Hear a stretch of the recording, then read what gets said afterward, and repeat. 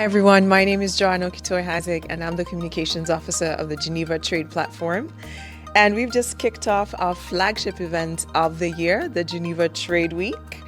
And it's happening alongside the WTO's Public Forum, which is taking place from Wednesday this week. GTW is designed to enhance your public forum experience.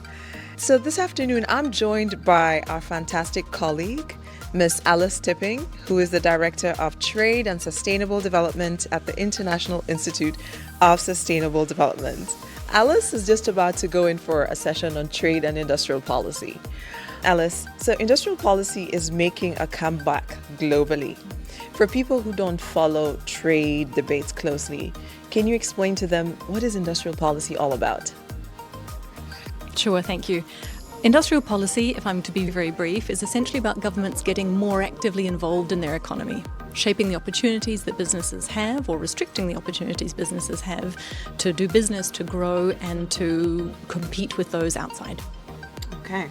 And so when we think about this new wave of industrial policies in the context of global trade, what would you say we're likely to see more of? Are we likely to see more competition or more cooperation?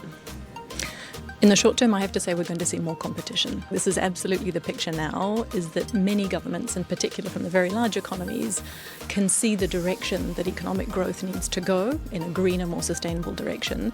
And they're essentially doing everything they can to give their own businesses a leg up into that new economy that we see for the 21st century.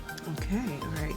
So let's think about one of the biggest decisions that you would say governments need to make to get right, actually, in terms of aligning industrial policies and trade policies for a sustainable future. What would you say that is? Honestly, it's probably the balance between the competition that I talked about earlier and the cooperation that we think there are still opportunities for. And this is what our work on industrial policy at the IISD is very focused on, is helping governments to see that there will be areas where they'll compete. It's inevitable, it's the nature of politics and the economy that we're in, but that there are also opportunities for them to cooperate, right? If they're going to impose border carbon adjustments, for example, can they make them more interoperable so that businesses don't have to comply with 6 very different sets of carbon adjustments, maybe 6 different ones, but ones that they can comply with easily. Thank you so much, Alice. It's been a pleasure talking to you and just getting a feel of what to expect for the upcoming session.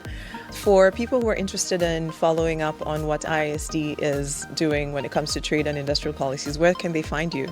Always on the web at the International Institute for Sustainable Development, IISD, and we have a specific page that lists all of our trade work, includes industrial policy, our work on the green transition, and other more traditional topics like agricultural subsidies. Excellent. Thank you so much, Alice. For those who are interested on this subject, please be sure to sign up. There's still time to sign up and be part of the conversation online.